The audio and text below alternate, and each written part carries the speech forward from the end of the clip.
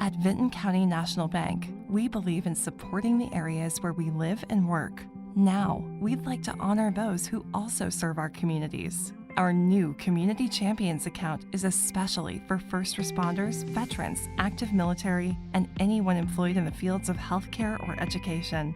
This account offers rewards, discounts, and other benefits to those who give so much to others. Vinton County National Bank, rewarding those who serve.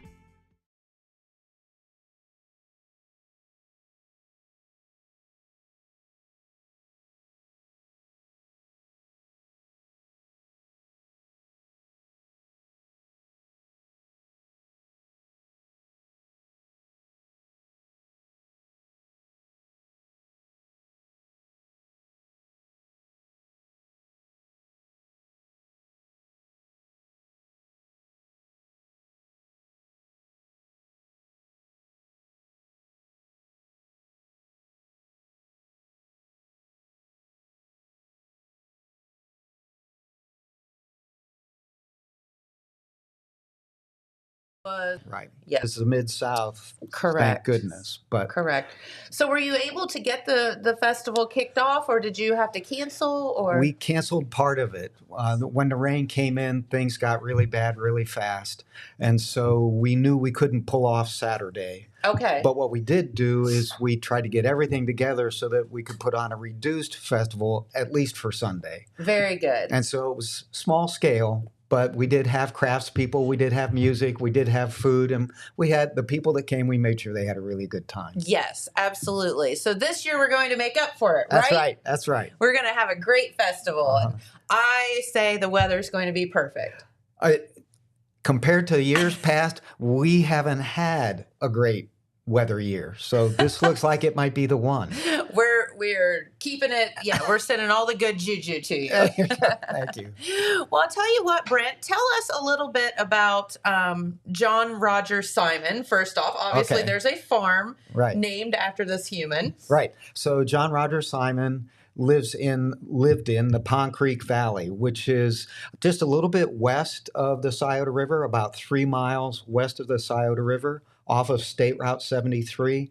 And Kind of the Portsmouth area. that's then? right. Yeah. Okay. About 7 miles north of Portsmouth, 3 miles west of State Route 104 Okay, and yeah. 73. And that area of Ohio was settled by French immigrants.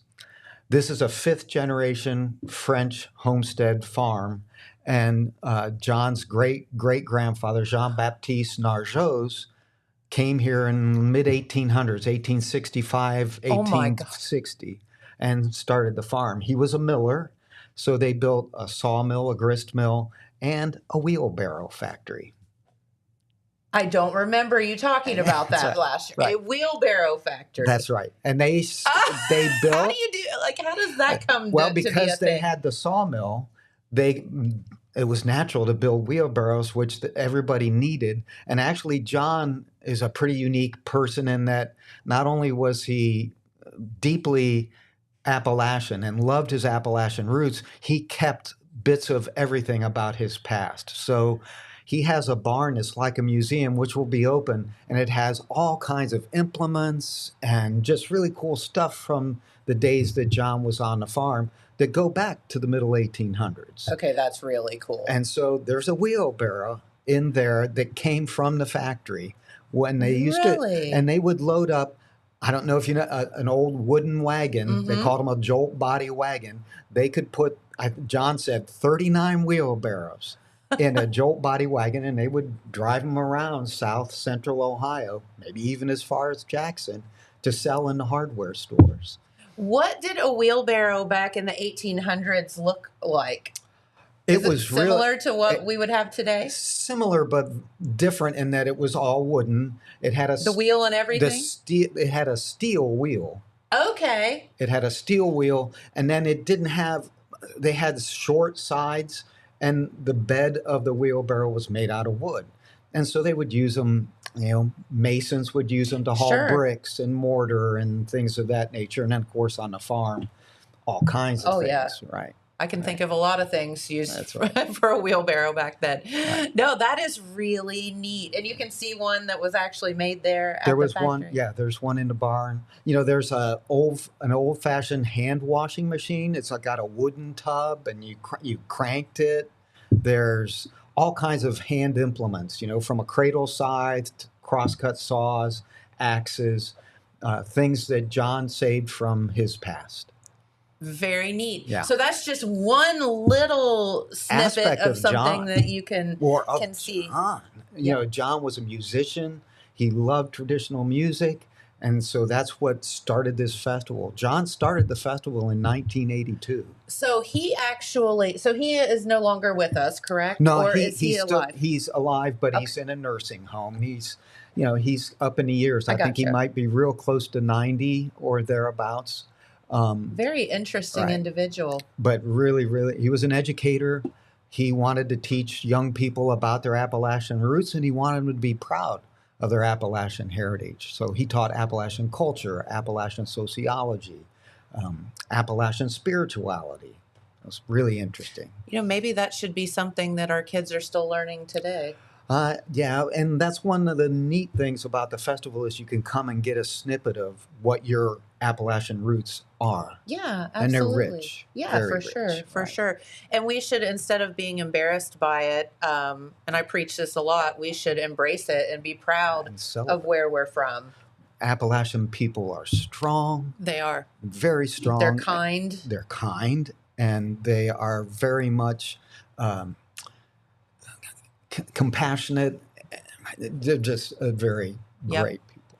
Yeah, giving, Yes. all of that. Mhm, mhm. You see, we just had Blue, the Wellston police dog that had been injured, like really injured in an accident. And again, I've never seen anything like it. He's back to 100% now, back to work. That's and good. he lives with Officer Jay, who is the resource officer at the school. So Blue does a lot of therapy, for kids and all that stuff.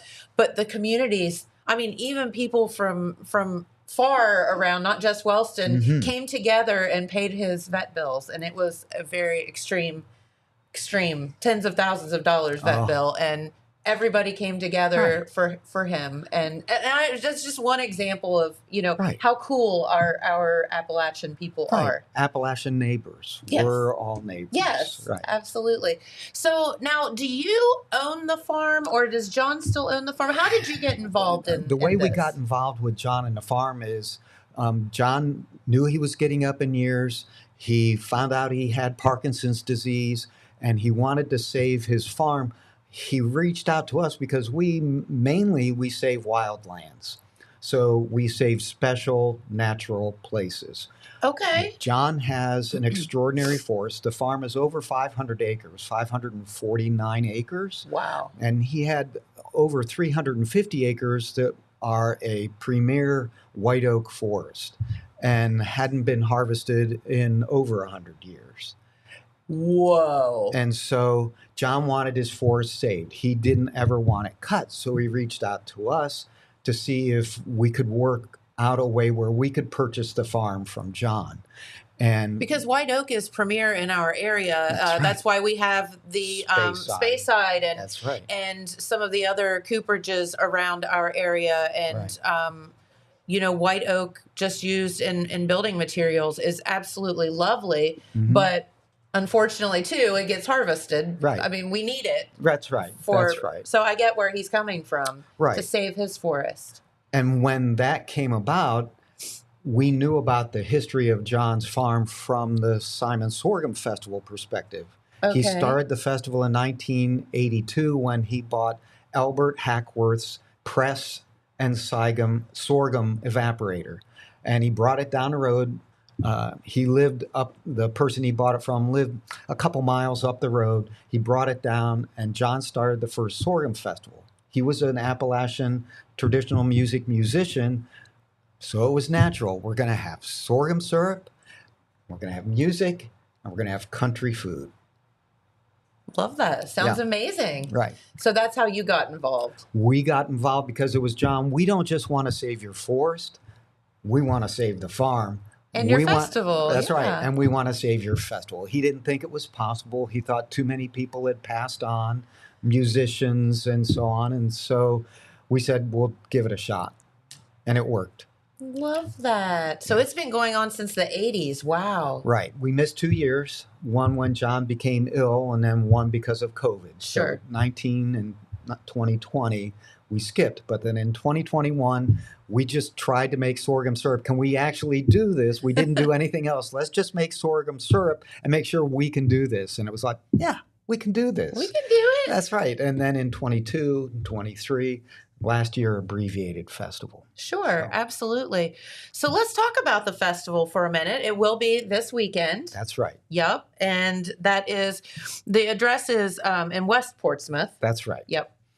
And it's easy to get to for people from the Jackson area. If you just get headed south, whether it's on Route 23 or Route 104, but you're going to cut across so that you can take Route 73 west off of State Route 104. Okay, so you could just head straight down 32, and then 104 intersects actually 32, which is the easiest probably way to tell somebody to go, and then you will turn left if you're coming from Jackson. That's right. And then go down 104 to the intersection with State Route 73, which is a T intersection. Okay. You're going to turn right on Route 73. You'll go maybe 3 miles. And then Carey's Run, Pond Creek Road will be on your left. There'll be signs. About a mile down the road, John's Farm's on the right. Very cool. Right. And if you need to, I'm sure you can type in 8721 Carey's Run, and you can get there. That's right. On that little fancy GPS thing that we all have now. That's right. On our phones. Yeah. I was meeting with, got together because of the Apple Festival. Some of my high school girlfriends were down, and we were talking about the fact that, like, they were talking about their kids and that they don't know how to get anywhere because, number one, if they're in the car and parents are driving them, they're looking at their phones the whole time. They're not paying attention to where they're going. And they just have access to all of this, technology. GPS and stuff now. Right. And I said, do you girls remember? I mean, we would just get in the car and drive to Myrtle Beach, and somehow we magically got there with nothing but a map. Like, I don't know. How did we do that? Well, yeah, I know my children, and they're in their 30s. Mm-hmm. They've never really had to navigate with maps. Right. It's like, I'll bet, Adrian, have you ever used a map to get somewhere? Liv says no. See, they don't know. Isn't that funny? Would you ever have guts to get in the car and drive to Myrtle Beach with just a map?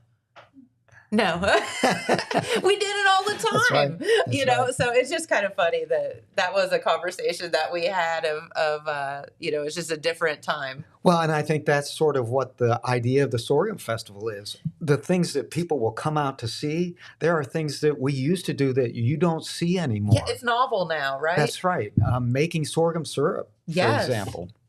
Where do you see that? I don't know. It's got to be a fair or a festival.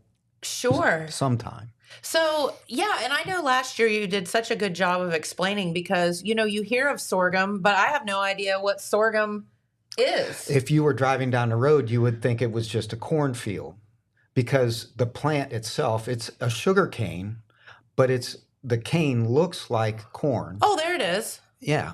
And the top, see, the cane in the image there does not have a top on it anymore because when we process the cane, first we top it. And then you'll also see the cane in the image. It doesn't have any leaves on it because before we cut it, we strip off all the leaves. And that's all to keep the syrup clean. Okay. Anything that's going to put trash or dirt in the syrup, John was adamant. When you cut the cane, you use a corn knife. Many people know what a corn knife is. You cut it with a corn knife, but you never let the cane touch the ground. So when you cut it, you lift it. That seems so you very don't jab tedious. it in. You don't jab it into the dirt. It's a very hand work intensive crop. So you don't have some magic machine that just goes through. So you cut all of this by hand, not letting any of it touch the ground. It's a 3-day process. So the first day we strip it.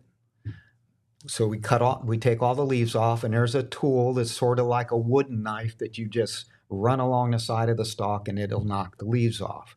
Then the next day, you come through and you cut it and you lay it on the wagon.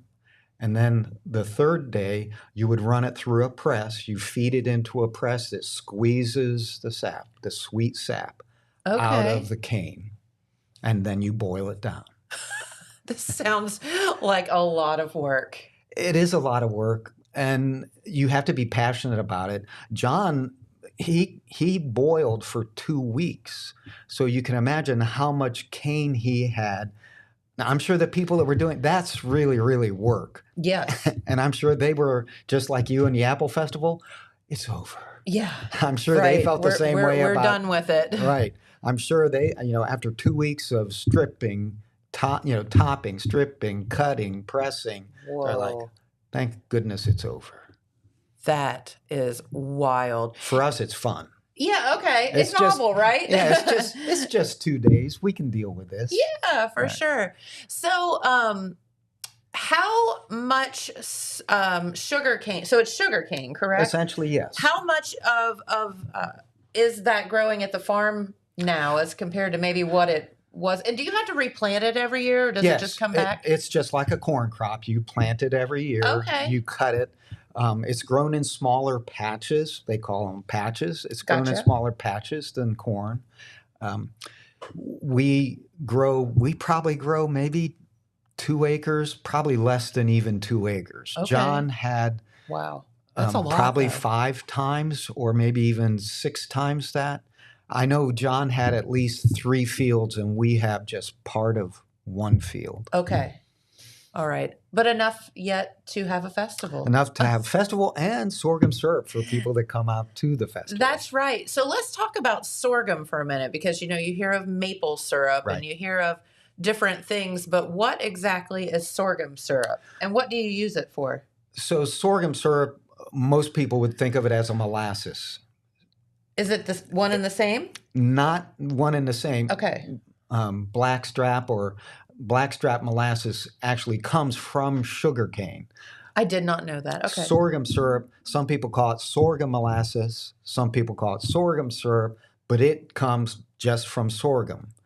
And so they press that out. Now, comparatively speaking, maple syrup, you normally figure it takes 41 gallons of maple sap to make 1 gallon of maple syrup. Oh, and this is why it is so expensive. That's right. And the stuff that you buy at the grocery store is basically corn and sugar. Like less than 2% Yeah. maple syrup. So if you actually go and buy a real jug of maple syrup, you're going to pay. That's right. That's right. Now, sorghum syrup is much sweeter. So, Than maple syrup? right, from the standpoint Holy of the moly. sap is. Okay. So when you press sorghum syrup, it's going to take only 11 to maybe 15. It depends on year. Now, another dry year like we're having this year, where it's been a drought for us Sure. too, the sugar will probably be more concentrated. Right. Because there's less water to go into the sap. So we'll probably be closer to that 11 gallons per gallon. 11 gallons per gallon. Okay. Right. And so you have to be much more careful when you make sorghum syrup. I make maple syrup, have made maple syrup, and you just make the fire as hot as you can because you have to boil off 40 gallons of water Right. to end up with that. Well, if you did that with sorghum syrup, you would scorch it in a heartbeat. Okay. Because you have to be real careful about how hot it is. And when you watch them make the sorghum syrup at the festival, sometimes they'll say just one more stick. And they'll just put one piece of wood in the fire because you don't want to get it too hot too fast. Gotcha. Especially when you're getting close to having syrup ready. So what do people do with sorghum syrup? Anything that you would do with molasses. So you can use it Okay. as a sweetener for anything. John always said that a Martha White biscuit with a dab of sorghum syrup was the Ooh. sweetest thing there was. Oh, I love that. Yeah. So you use it just in place of sugar. Okay. And for a lot of Appalachian people, that was their sweetener. They didn't go out and buy sugar. And if they didn't make or have the capacity to make maple syrup, they might make sorghum syrup. Still today in Kentucky, Tennessee, and further deeper into the South, it's a much more common crop. Okay. But still slipping, as years go by. Well, because it's tedious. Right. A lot of make. people don't do it by hand like we do. Some people do use other methods to top it, other methods to cut it. Some people don't strip it. But John would never allow that because it would make it too dirty. I love this. This is so fun. Yeah. Okay, well, let's talk about the festival this coming weekend. So it will be Saturday and Sunday. Saturday and Sunday, come out 9:30-ish or a little bit after. Things won't really get geared up until then. We'll have craftspeople, we'll have country food, and we'll have traditional music. Sorghum making. And then the best thing of all is it's free parking, free admission. Bring your families. We'll have lots of things for the kids to do. And that's one of the things we want to do is to inspire the kids with this is where your roots lie. Right. Whether it's making apple butter, making apple cider, making chair caning. We try to get as many things as possible. We'll have wheat weaving and corn husk dolls. These are the toys the kids played with. Sure. Back in the early days. And so we'll have opportunities for the kids to try their hand at a lot of these things. And again, all this stuff becomes, cool because we haven't grown up doing it, a lot of it, even though it is our heritage. That's right. But, you may create a new business idea for somebody or, you learn to do, the chair caning. I know that's a lost art. I know some people that do it, but you just don't hear about it. That's right. That much. It's hard to find somebody. It's hard to find somebody, and there's a lot of beautiful chairs out there. And you go, like maybe to an antique store, and it's like, I'd love to buy that chair, but how am I going to get the seat fixed? Exactly. Because you have to find somebody that can cane it for you. Yep. Recane it. Yeah. It's a whole thing. We'll have draft horses this year. Okay. And so we'll have draft horses demonstrating plowing. How did people plow back in the day? Whether it's a walking plow or a sulky plow. But we'll have somebody out there plowing this year on Saturday. So that is really neat. And the draft horses are so good because they're just big old gentle giants. Gentle giants is exactly right. They are. Had one for a while, and he was just a big baby. Didn't know his size. That's right. Very good. So tell us about some of the food, some of the music that's going to be. It'll all be traditional music. There's a group on Saturday and Sunday. We have music both days. On Saturday, we have a group called Kentucky Memories. They play traditional mountain music.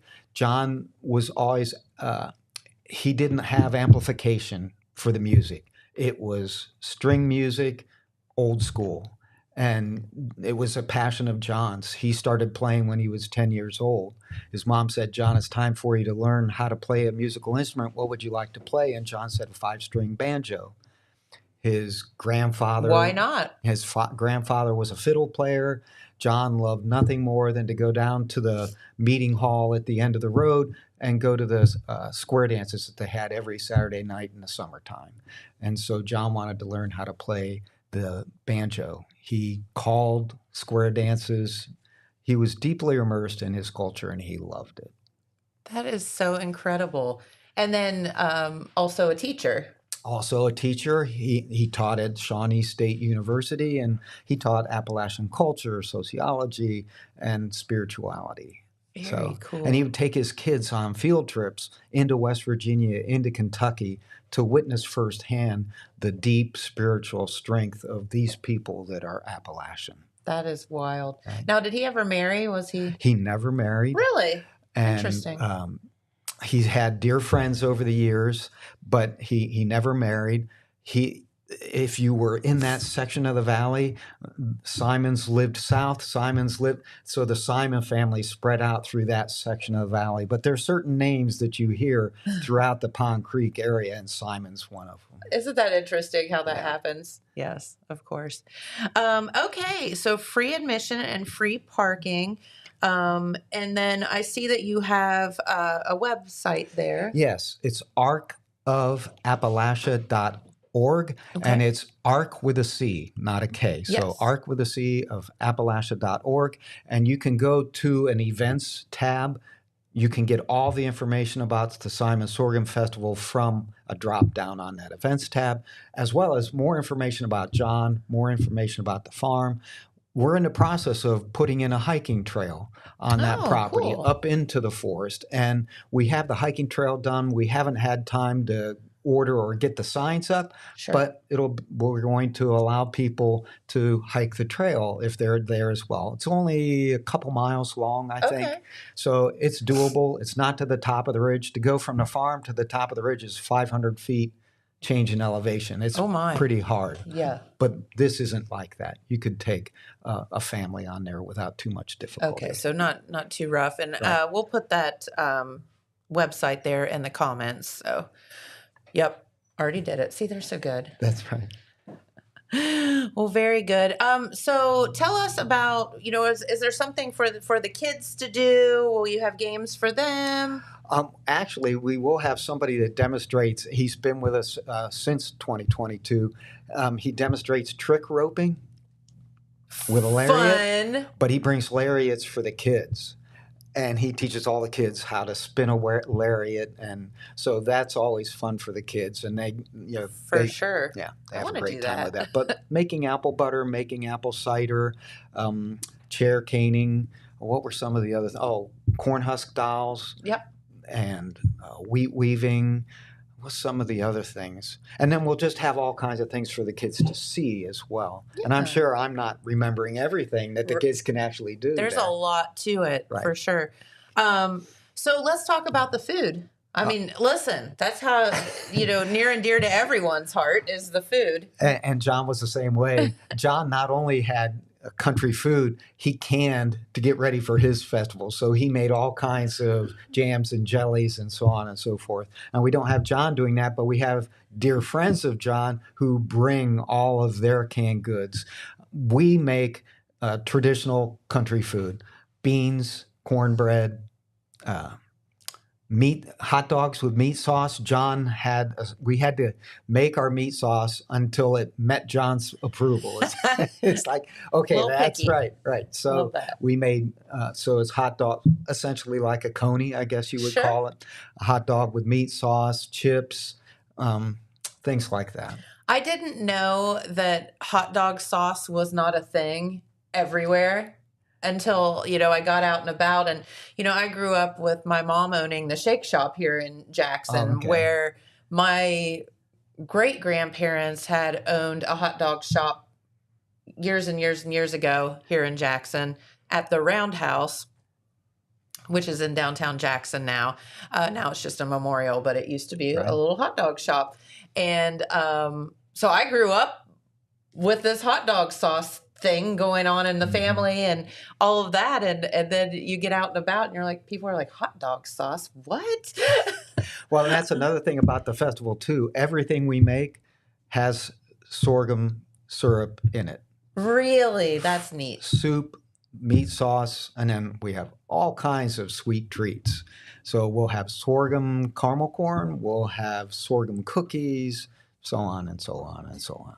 And all for purchase, I assume. That's right. And then can you buy actual sorghum at the festival? We'll have sorghum syrup for sale, yes. And one thing we have to let people know, though, is everything is cash because we tried to set it up so we could take credit cards. There's not enough of a signal. There's no, so we can't take credit cards. There's no way to process them. We just had another guest that they were doing the Renaissance Festival down in Rio, and there's no signal where they're doing that also. And they said the same thing. It's like, even speaking of living in Appalachia, that's kind of one of the things we're going without right now is it's getting better. It is. And so we're hoping that, 1 year we'll get there and it's like, we've got a signal. Woohoo! Get your square reader out. But okay, so cash only right now. But it's free admission, free parking. That's right. So the only thing that you need money for is something that you would want to eat. And we try to keep it as modestly priced as possible because we do want people to enjoy the food and the syrup and the things that are part of our culture. Yeah. So what does the future hold for the farm? I know as John is, aging, what are you thinking? Well, what we'd really like to do is maintain it in a way sort of as a museum or as a place where we can preserve that culture. John grew up in the 40s, and that's how he wanted his house kept. When John's mom passed in the mid 50s, I think it was, and he didn't touch the house as far as change the interior of the house after his mom decor, passed. everything looks Everything is mid 50s. Hey, it'll just come back again. It's fine. We intend to keep it that way. Yeah. Because that's the way John wanted.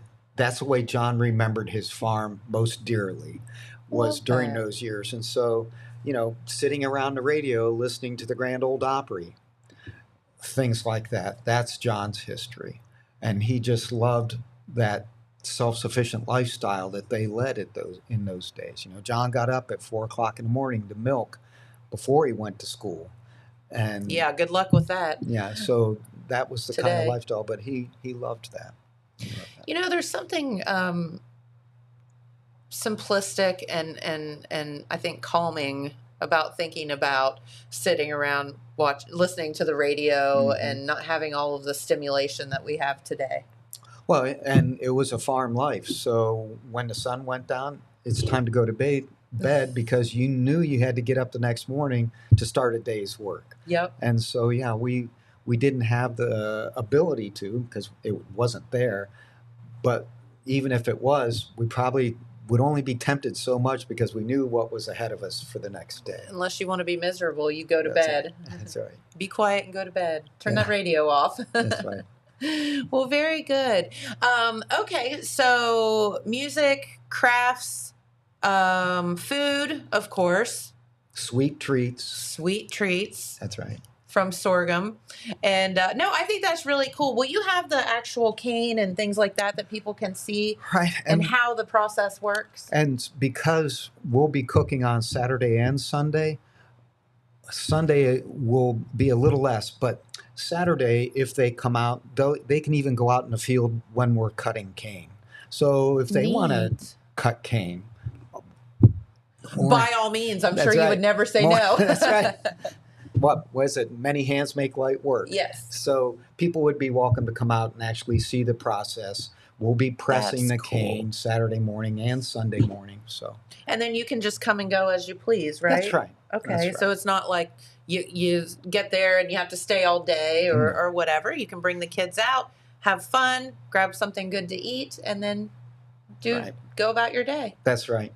And there's a lot of other things you can do in the Portsmouth area, too, if you've not been to the Portsmouth area, Yeah, the Portsmouth area, downtown. So the flood walls are certainly very unique. If you've never seen that. They're so cool. There's murals everywhere. The downtown in Portsmouth is very quaint. Right. And there's all kind of fun little shops. And if you're an outdoor family or a nature-loving family, we're right on the edge. In fact, John's farm is surrounded by Shawnee State Forest. So I was going to ask that and if you haven't been up there, it is absolutely lovely. And I think they have some hiking trails and things like that too. And we have a preserve called Tremper Mound, which is right at the intersection of State Route 104 and 73. And Tremper Mound was a Hopewell indigenous cultural site, 2,000 years old, and it was a funerary site.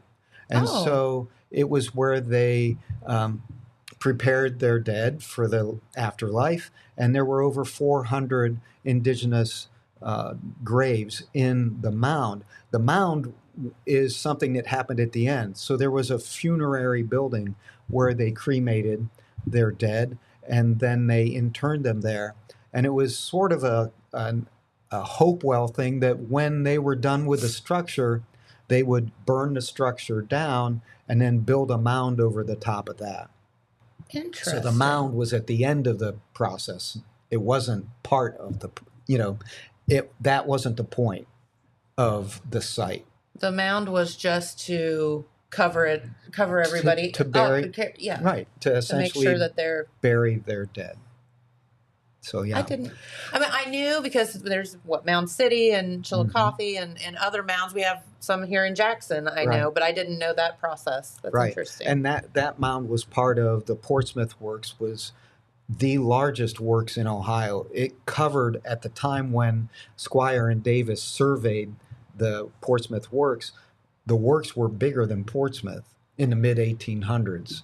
The works extended east into Kentucky 7 or 8 miles away, and they had an avenue that went across the river, and it went downstream and across the river, and then there was another avenue that went upstream, and traces of it on the Tremper side of the mound of the Scioto River are gone, but they believe that that was an avenue to Tremper, which was their funerary site. And this site predates Mound City and Chillicothe and Newark, I believe, both sites. So who knew? It's pretty cool. Yeah, really it is. And you think so about you can stop at Tremper. You can go out to the mound. We have a really good interpretive kiosk that explains all of it. Plus, there's 2 hiking trails there as well.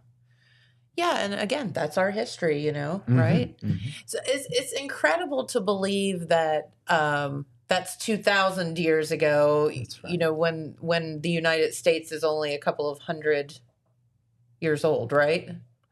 Oh, right. When we're 1/10 of that. Yeah. Right. And 2,000 years ago, and they had this incredibly advanced culture from the standpoint of that they understood things about astronomy that most of us don't realize even. Yeah. And how was that? They didn't have telescopes, and they didn't have, I don't know, I guess you can get into a whole discussion about that of your beliefs and well, just how they knew where everything, you know, they understood the 18-year cycle of the moon. They understood the solar cycle. And it's, you know, what was important to their culture. Huh. Yeah. Without all of the modern technology that we have today.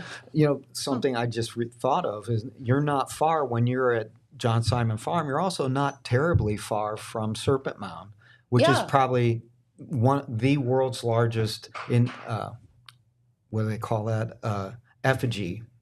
Animal effigy earthworks. And at Serpent Mound, there are so many alignments in the way they laid out the serpent. Alignments for the winter solstice, summer solstice, moon rises, moon sets. And it was all in there. It was all in there. They knew. And it took us a long time. It was, oh my gosh, they really knew what they were doing. This isn't like an accident. They really, that's right. This was on purpose. Planned. Wow. Really cool. Well, that's for another day, right? We can do a whole show about that. So, okay, John Rogers Simon Sorghum Festival this coming weekend, 10 a.m. to 4 p.m., Saturday, Sunday. Free admission and parking. Free admission and parking. Yep. And that address for you is 8721 Carey's Run, which is CAREY' Run, Pond Creek Road. That's right. And as John would say, up Pond Creek Way. Up Pond Creek. Up Pond Creek Way. Yeah. Love that. Well, I tell you what, Brent, it's been so fun talking with you today, and we want to wish you the best of the luck for the festival and your weather this year. That's right. Hopefully we'll have good weather this year. It's going to be a good one this time. All right. Thank you very much, Jen. Very, very good. All right. Well, I see our good friend Pete Wilson is in, and he is chomping at the bit to try to, he's got all kind of Apple Festival coverage to give us. So I'll tell you what, we have a message or two, and then we'll be back with our good friend Pete Wilson and some news. From breaking news to heartwarming stories, the Telegram is your ticket to the latest buzz in town. Read your daily dose of local headlines, sports, and entertainment and more in hand and on paper. Get a print and digital subscription for only $7.95 per month. Delivered fresh every Wednesday and Saturday. Visit thetelegramnews.com or call 740-286-3023 today. Don't just read the news, be a part of it. You know Jackson is home to a locally owned and operated full-service print shop? Zip Printing covers all your print, signage, and design needs. From business cards, booklets, and posters to yard signs, banners, screen-printed t-shirts, oversized signage, and more. We can help you or your business advertise and look good doing it. Zip Printing also offers logo design. Allow us to assist you in building or elevating your brand today. Zip Printing is located in the Stockmeister Plaza at 708 East Main Street in Jackson, Ohio. So stop in or give us a call at 740-286-3023.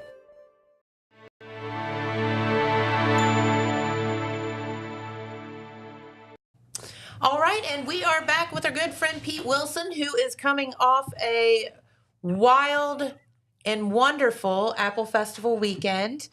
Don't know if you could have literally, unless you greased them, put one more body in downtown Jackson, Ohio on Saturday night. It was wild, to say the least. Right. It was certainly predictable for, of course, a number of reasons. The main one being the presence of the Ohio State University Marching Band, which I don't think disappointed on Saturday evening in the grand finale parade or at the Jackson Apple Festival Band Show earlier in the day.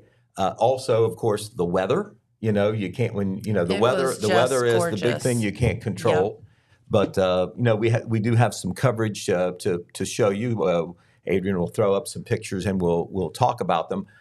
Christopher O'Boyle, the first-year president, couldn't have had a better first year. Oh, man. A lot of planning, organization goes into it, and then, it just starts rolling.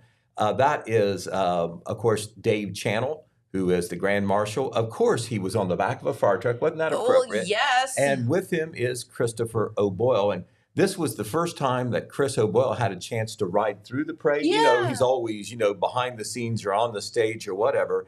And it was, it really took him, it was an awesome experience to see all those people and the response when you go by, et cetera.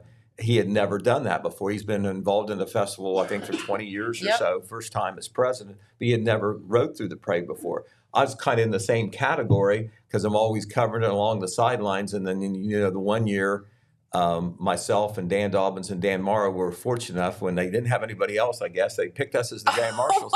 And we got to ride through the parade. Awesome. And it is something to see, isn't it? It is from that perspective. It is something from that perspective, no matter, what you're doing, whether you're marching in a band, you're a queen, or you have some other reason to ride or walk in that parade.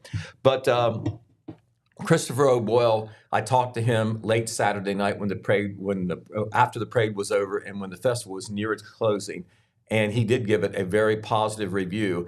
150 units in the grand finale parade. That parade went on forever. Right. He said it was close to 2 hours, 150 units. Of course, you had the Ohio State University Marching Band. And, they just didn't march through. They played a lot, and they stopped at the General Mills stage, and they did a little performance there as well. This is them lining up there on Pearl Street. Yep. And then getting ready to roll. They put on a great show. They did not disappoint at all. And there they are making a turn there in full uniform. It was just like it's just like they stepped off the television screen. You see them, at the football games and so forth. So professional. There they are. During the parade, looks like they're near the corner of Main and Portsmouth there, where they're ready to make the corner. Of course, it's mainly a brass band, so really strong sound. There they are again. I'm not sure how many. I'm not sure how many there are. I think I probably looked that up, but I'm guessing probably maybe 200 maybe in that band. I don't know. Quite a few. But anyway, Liv can look that up. There was not a drop of rain all 5 days of the festival or the setup or the teardown. I think it finally rained on Sunday afternoon, probably when some of them were uptown. 228. 228, Whoa, thank you. members. I figured it was every bit of 200. So it didn't rain until late Sunday afternoon, and I don't know whether they had everything cleaned up, but they had it nearly done. So, and probably that was well timed because they needed to clean the streets up, and a good drenching rain was called for.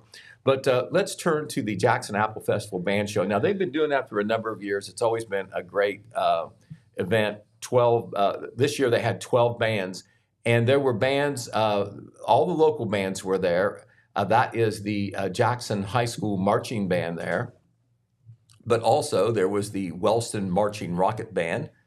They were there as well. There is the Vinton County. That is the Vinton County Marching Vikings band, and there is the Oak Hill band.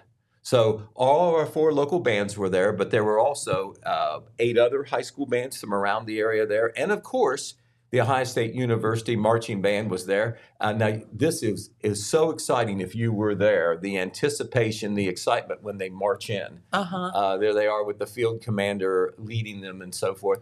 And they did a gospel music concert, kind of Sweet Low, Sweet Chariot, and some other tunes. And of course, in a very snazzy way. And, they did some maneuvers, dancing and like that. And that is a nice shot there of the scoreboard behind, show you where they are. And of course, they did Script, Ohio. So cool. There it is right there. Can you believe that? Right out there on Alumni Stadium Field. Now, you look across the way, you don't, and see when they came in, a lot of the people broke into the OHIO chant and, did the hand gestures that go with that. Now, there's not very many people across the way there, but from the home stands where this was taken, it was packed. I'll bet. Here is what a veteran member of the band program said. They said for sure it was the largest attendance they've ever had for the band show. And they sold about 220 to 240 tickets. That's $20 a pop. Yep. And, of course, there's lots of people that were participants that got in free. So you can figure that the attendance was real high on that one side, especially. But they figure that from a business standpoint, they did pretty good on the money because, as we said before, it's very expensive to have the Ohio State University Marching Band in, and then you do things for them. You feed them, and like that, you have ancillary expenses on top of the appearance fee. Mm-hmm. So it appears that the band program is going to make some money because they worked very hard to put this on, but they thought that it was probably about twice the attendance as the normal Jackson Apple Festival band show. And I've been up there for most of them, and there's always a good attendance, but you can see automatically when you have double-digit numbers of bands and they all have their following and like that. Yep. And the great thing about the band show, the band is the thing. It isn't a sideshow. It isn't the halftime show. Right. It isn't They the break. are the show. It isn't the break between all the football action or whatever, or the pep band at the basketball. They are the show. Yep. So it's always great to see. Go ahead and throw up whatever other pictures you have, and I'll try to follow you, Adrian. I took some pictures. Red Thompson Jr. took some pictures. Jeremiah Shaver took some pictures. That is Dylan Carmichael, who was the featured entertainment, the Nashville recording artist on Friday evening. That always draws a big crowd as well. Sophie! That is Sophie Pierpont. The moment that she was announced as the That's new, so Sophie as the right there. 2005 Little Queen. Remember, there were 10 finalists, Yes. and she emerged as the new Little Queen. And as you can see, she's pretty thrilled about it. Yes, she's So a hit. that was one of the pictures that will certainly be running in the paper here on Wednesday. Jeremiah Shaver was right on the timing on that one. Now, here are some sports celebrities that were there at the festival. They rode in the parade. Yeah.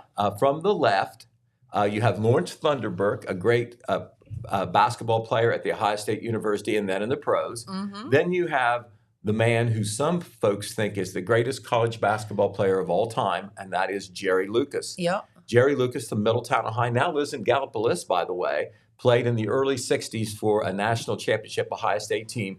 He was considered by many people, if you add them all up together, high school, college, and pro, maybe the best basketball player of all time. That's subjective, but sure. Okay, then you have two local people who were thrilled to be in the picture with them. That's Rob and Georgina Munn. Yeah. Of course, the former owners of the McDonald's in Jackson, Wellston, and Oak Hill. And then you have a famous Buckeye who didn't play all that long ago, and now he's big in radio sports following the Buckeyes. That is Bobby Carpenter. He's not as scary looking there as he was on the field. Well, he was. You remember those three? Well, linebackers are supposed to hit, but no, he was pretty friendly there, and he's from Lancaster. So he's a southeastern Ohio boy. So you had a lot of folks in the parade. It brings out a big crowd, but it also brings out some celebrities, whatever. Here are the Apple Festival royalty going through the parade in their beautiful gowns, gold, green, and red. Of course, you have Taylor Williams, Emily Wiggins, and Sophie Williams. So very beautiful on their float. And here was one of the celebrities in there. He got a lot of attention because people recognize him from national television. That is Vivek Ramaswamy. Hey, you got that pretty good. Did I get that? I think so. He ran for president in 2024. He eventually withdrew, of course, when Donald Trump got the Republican nomination. But he has endorsed Trump, spoke for Trump at many places. He was in the debate, so everybody saw him. He was on television a lot. Well, earlier this year, he announced that he was running for Ohio governor. I didn't know, but a lot of people also didn't know he's from Ohio, right? Cincinnati. No, it wasn't really. I never when knew he that. ran for president, it really wasn't talked about. Right. Well, much. he is from Cincinnati, involved in private business and investments, extremely successful as an entrepreneur. And he was at the parade, pressed the flesh there. Of course, he had those are two security guys around him, but he pressed the flesh, posed for pictures, was very enthusiastic walker there in the parade. Now, he was at the Apple Festival after he appeared as the keynote speaker at the Vinton County Republican Lincoln Day dinner. Oh, how funny. You can see the big crowd at the Vinton County High School. That's where they had the Republican dinner. He is pictured with Vinton County Auditor Cindy Wall, who was the organizer. That was actually a selfie that Cindy did. That was cute. as good as any picture I took. So I said, well, let me use that, Cindy. And she did. But Vivek was the keynote speaker there, talked a little bit about his vision for the nation and Ohio. But he will definitely be on the ballot as the Republican candidate for governor in 2026. Remember, current Republican Governor Mike DeWine cannot run because of term limits. Sure. And so, we're a ways away, but, there was already some political activity going on for some of those larger races. So, all right. So are there any other pictures, Adrian? Have you showed them all? I have this one as well. Okay, that was also at the Republican dinner in Vinton County. That's, of course, Ramaswamy on the left, and he is talking with former Vinton County Common Pleas Judge and former Vinton County County Judge Jim Salyer on the right, and that is Jim's young son, Owen Salyer. They're listening in as they talk. Ramaswamy was very willing to, talk to people. He wasn't a lot of time because he had to run to Jackson to be able to, be in the parade because he spoke at 6:00 in Vinton County. And so, oh, wow. by the time that he had his speech and got down to Jackson, he had time to go to the city council chambers here in Jackson, met with some Republican city, county business people or whatever, some special guests there. That wasn't open to the public. It was kind of impromptu. But he said a few things, posted some pictures, asked some questions, and then they had to hustle him into the parade lineup over there at Jackson. So in Wednesday's paper, it goes without saying that we'll have lots of Apple Festival coverage. We'll have Chris O'Boyle's comments on, why he thought that, the Apple Festival was successful. I can't certainly disagree with him on that. Of course, the the OSU band was here in 2001 as well, and it increased the attendance and the excitement the same then 24 years ago as it did this year. So we'll have a lot of coverage, obviously, in Wednesday's edition of the paper. Some other quick key things to tell you. They judged the bands in the Apple Festival Parade on Saturday evening. They always did that, and some of our local bands won some awards. The Jackson Marching Ironmen competed in Class A. That's the largest high school bands. They were third place in bands, second in flags, and first in auxiliary. The Wellston Marching Rockets and the Oak Hill Marching Oaks were both in Class B, the middle class. Wellston was second in bands and second in flags. The Oak Hill Marching Oaks were third in bands. And the Christian Life Academy in Class C, the smallest category, they were third in bands. So congratulations to all of our local bands. Cool. They always do an auction of some type at the very close of the festival. And they did that again. This time, They had handcrafted purses with Apple Festival insignia on them. They were super cool. They brought them in here, and we talked about them on the show, and they were really neat. Well, auctioneer Ed Henderson was the auctioneer, and the top price was $850 given by Rusty Barnett. And he was in a little bidding war with Doug Hayburn of Southern Ohio Monument. So it got up there, $850. But Rusty is the grandfather of Queen Taylor Williams, and he immediately gave the purse to Taylor. Aww. So wasn't that sweet? Doug Hayburn is very generous at these auctions and raffles and so forth, and he still got a purse. He got his purse for $350, and the third purse went to Travis Hughes with ServPro for, I think, $250. Okay, the city of Jackson has made a couple announcements that we want to get out. They're going to be doing a water service work in the downtown area. And as a result, water service will be interrupted on 5th Street for a period on Tuesday, tomorrow. Didn't say for how long. After water is restored in this area, there'll be a boil order. But the streets involved are Pearl Street, the Broadway Street to South Street, Columbia Street, the Main Street to South Street, Church Street, the Main Street to South Street, Harding Avenue, the Main Street to South Street, and Broad Street, the Broadway Street to South Street. I know I said those kind of fast, but we will have that. We do have that online as well. Once again, this is in the downtown area, on the fringes of the downtown area, and this is because of a valve replacement project. Of course, they're going to be replacing the water lines in the downtown area ahead of the big streetscape project, where they're going to be doing a lot of improvements in the downtown area. Tomorrow, there will be a liquidation auction at the Memorial Building. 5 o'clock, it will be what they call a walk-through auction. Ed Henderson will be doing that one as well. Okay. But they moved everything out of the Memorial Building because they got demolition coming up very soon. After tonight, we'll probably know when the demolition might begin because they're supposed to award a contract. We expect that to happen at the city council meeting tonight. They left some things in the Memorial Building, kind of fixed objects or things they don't need anymore, but they do have some value, or there may be some sentimental value to some people. So they're going to do a walk-through auction starting at 5 o'clock Tuesday, 5 o'clock tomorrow. And as Ed goes along, he'll say, okay, what do you give me for that? And they'll go all the way through. But it could be everything from furnaces, doors, chairs, desks, a natural gas generator, shelving, basketball equipment, concession stands, built-in storage units, commodes, you need a commode, sinks, urinals, stainless steel sinks, and a big boiler furnace, and many smaller items. So there, who knows what you might be able to get for a very good price. Fun fact, Pete, the first urinal I ever saw in my life was in the Memorial Building up top, where when I was in the Legionnettes as a little girl, there was a bathroom up there, and it had a line of urinals, and all us little girls were really confused at first with what that was, but then we figured it out. Then you figured it out. All right. Yeah.